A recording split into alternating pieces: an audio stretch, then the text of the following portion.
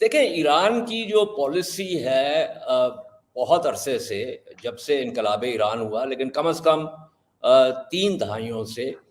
ایران کی پالیسی بنیادی طور پہ یہ رہی ہے کہ وہ کسی بھی خاص طور پر امریکہ کے ساتھ یا امریکہ کے کسی اتحادی کے ساتھ جو ہے وہ ڈائریکٹلی یعنی بلا واسطہ جو ہے وہ کسی ایسی سچویشن میں نہ آئے کہ جہاں پہ کوئی جنگ کا امکان۔ اچھا، اس کی ضرورت ایران کو اس لیے محسوس ہوئی کہ ایران جو تھا ایک تو اپنے انقلاب کو جو ہے وہ مضبوط کرنے کی کوشش کر رہا تھا۔ آپ کو یاد ہوگا انقلاب کے فوراً بعد جو ہے وہ ایران عراق کی جنگ جو ہے جو کہ 10 سال جاری رہی، اس میں بھی ایران بہت کمزور ہوا، لیکن ساتھ ہی ساتھ ایران نے بے شمار سبق بھی سیکھے۔ تو ایران نے اپنی سینکشنز وغیرہ کے باوجود جو ہے وہ اپنی قوت کو بڑھاوا دینے کی کوشش کی ہے، اپنی اکانومی کو بھی ایک خاص حد تک جو ہے وہ سطح آب سے نیچے نہیں جانے دیا، اور ساتھ ہی ساتھ انہوں نے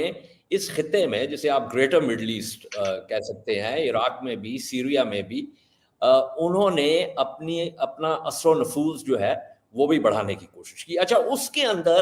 ایک سیپریٹلی جو معاملہ فلسطین کا جو ہے وہ چل رہا تھا، اور اسرائیل کی جو وہاں پہ آپ یہ تو سب دنیا کے سامنے ہے کہ اسرائیل کی جو ایکسیسز تھیں، جو اوپریشن تھا، جو یہ ساری باتیں، تو وہاں پہ فلسطینی جو ریزسٹنس ہے وہ بھی اپنی جگہ پہ موجود تھی۔ تو ایران نے وہ جو ریزسٹنس ہے اس کی جائزیت کو شروع سے تسلیم کیا، اور انہوں نے کہا کہ جی ہم آپ کی مدد کریں گے سفارتی طور پہ بھی، اور جو ہے وہ کسی ہر ممکنہ حد تک۔ تو ایران کی کوشش یہ تھی کہ اس خطے میں اپنے جنہیں آپ مغرب میں کہتے ہیں جی ایران's پراکسیز، وہ بالکل پراکسیز نہیں ہیں ان کے، یہ نہیں ہے کہ ان کے اندر ایجنسی نہیں ہے، ایجنسی ہے، لیکن یقیناً ایران ان کی مدد کرتا ہے، اور ایران جو ہے اس نے ان کی فوجی قوت کو بھی بڑھاوا دیا ہے۔ ایران نے اپنا جو میزائل کا پروگرام ہے اس کو بہت بڑھاوا دیا ہے۔ تو اس لیے ایران کی جو پالیسی رہی ہے وہ یہ رہی ہے کہ ڈائریکٹ جو ہے وہ کانفلکٹ نہ ہو۔ اور آپ یہ دیکھیں گے کہ ایران کی پالیسی کا ایک اصطلاح ہے یونٹی آف ایریناز، کہ جو ایکسس آف ریزسٹنس ہے اس میں اگر کسی کے اوپر کوئی حملہ ہوتا ہے یا کسی کے خلاف کوئی جو ہے وہ اس قسم کی کارروائی ہوتی ہے تو باقی اس کی مدد کریں گے۔ یہ بالکل اسی طرح جیسے نیٹو کا آرٹیکل 5 ہے کہ جی جتنے ممبر کنٹریز ہیں اگر کسی کے اوپر حملہ ہوگا تو it will be considered as an attack on all NATO countries. تو یہ جب 7 اکتوبر کو غزہ سے یہ حملہ ہوا اسرائیل کے اوپر، اسرائیل جو آکوپیشن پاور ہے، تو اسی اصول کو مد نظر رکھتے ہوئے حزب اللہ نے جو یونٹی آف ایریناز کا جو اصول ہے، حزب اللہ نے کہا کہ جی ہم آپ کی مدد کریں گے، اور شروع دن سے حزب اللہ نے یہ کہا ہے کہ ہم اسی وقت اپنا ہاتھ روک لیں گے جس وقت غزہ میں لڑائی بند ہو جائے گی۔ تو یہ ایک کلیئر سگنل تھا کہ ہم اس کے اندر صرف اور صرف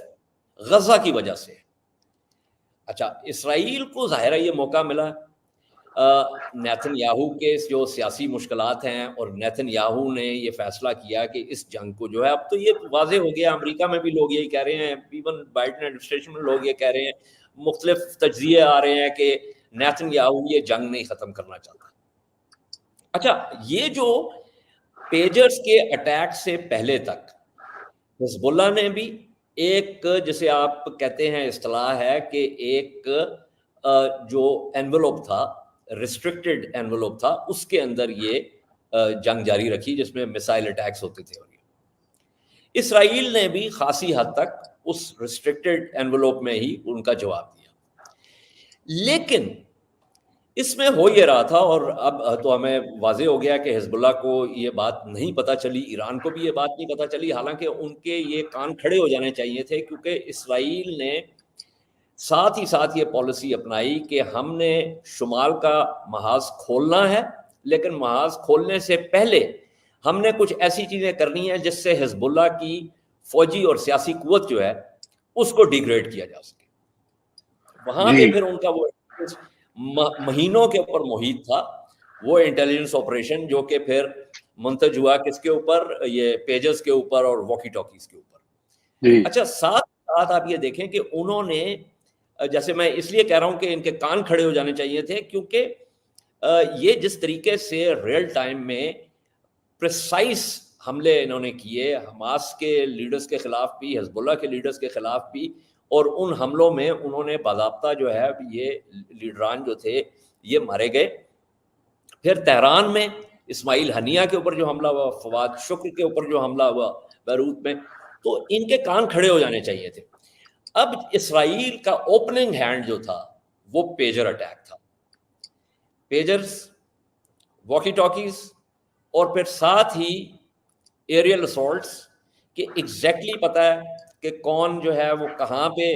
مثلا عقیل کا جو معاملہ ہے, پھر رضوان کے جو وہاں پہ کمانڈرز تھے, 11 کمانڈرز جو ہے عقیل کے ساتھ جو ہے وہ مارے گئے. پھر انہوں نے جو حزب اللہ کے جو مختلف جو ٹھکانے تھے, لانچ پیڈ سے, یہ وہ جس کے بارے میں ان کے پاس انٹیلیجنس تھی, انہوں نے پریسائز جو ہے وہ بومبنگ کر کے اس کو ڈیگریڈ کیا. اینڈ فائنلی جو ان کے لیے کودی گراہ جو ہے وہ ہے سید حسن نصر اللہ کی ٹارگٹنگ, جو کہ انہوں نے کی. اب اسرائیل نے اس بات کا تعین کر لیا کہ ہم نے اس اسپیسیفک ٹارگیٹڈ اٹیکس کے ذریعے جو مقاصد حاصل کرنے تھے, جو اہداف ہم نے ہٹ کرنے تھے, وہ ہم نے کر لیے ہیں. اب ہم شیلو گراؤنڈ انکرجن کریں گے, اور آج کی تو اطلاع یہی ہے کہ ان کی تقریباً وہ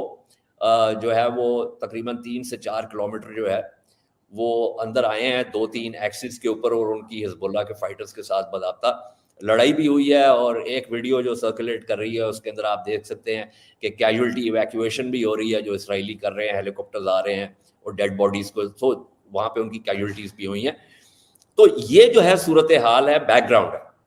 اب ایران کے پاس جو آپ کا سوال ہے, ایران کے پاس 2 صورتیں تھیں. ایک تو یہ کہ وہ اس کا جواب دیتا, اور دوسرا یہ کہ وہ بیک آف کر جاتا. دونوں کے پروز اینڈ کونس ہیں. اگر آپ بیک آف کر جاتے ہیں, خاص طور پہ جو اس وقت حزب اللہ کے ساتھ معاملہ ہے, تو پھر جو آپ کا ایکسس آف ریزسٹنس ہے, اور اس میں جو مختلف کھلاڑی ہیں, وہ ان